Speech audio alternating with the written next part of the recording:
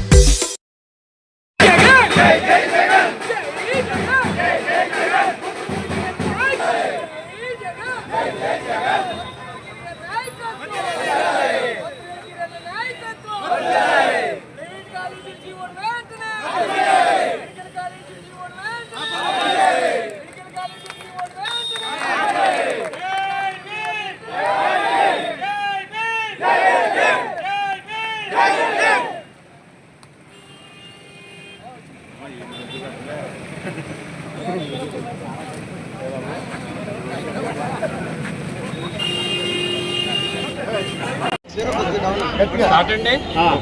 నమస్కారం అండి. ఇక్కడ విచ్చేసిన ప్రతిపాడు నియోజకవర్గ పరిశీలకులు శ్రీ ఉమ్మ రఘురామ్ గారికి, రాష్ట్ర అంగన్వాడీ ప్రెసిడెంట్ అయిన ఎక్స్ఎమ్మెల్సీ అంగూరు లక్ష్మీ శివకుమారి గారికి, నాయకులకు, కార్యకర్తలకు, అభిమానులకు, మీడియా పెద్దలకు, సోషల్ మీడియా స్నేహితులకు అందరికీ కూడా నా హృదయపూర్వక నమస్కారాలు తెలియజేసుకుంటున్నానండి. మాజీ ముఖ్యమంత్రి వర్యులు వైఎస్ఆర్ కాంగ్రెస్ పార్టీ అధినేత శ్రీ వైఎస్ జగన్మోహన్ రెడ్డి గారి ఆదేశాల మేరకు ఈ కార్యక్రమం చేయడం జరుగుతుందండి. ఈ నిరసన కార్యక్రమం ముఖ్య ఉద్దేశం కూటమి ప్రభుత్వం మెడికల్ కాలేజెస్ అన్ని కూడా ప్రైవేటీకరణ ఆపడం, దాన్ని ఎదుర్కోవడమే ఈ నిరసన కార్యక్రమం తాలూకా ముఖ్య ఉద్దేశం అండి. మనందరికీ తెలుసు, దివంగత నేత శ్రీ వైఎస్ రాజశేఖర రెడ్డి గారు పేదల కష్టాలు చూసి, వాళ్ళ ఆరోగ్య పరిస్థితి చూసి ఆరోగ్యశ్రీ అని, 108 అంబులెన్స్ సర్వీసులని ఇలాంటి పథకాలు ప్రవేశపెట్టి లక్షలాది మందికి లబ్ధికి చేకూర్చారండి.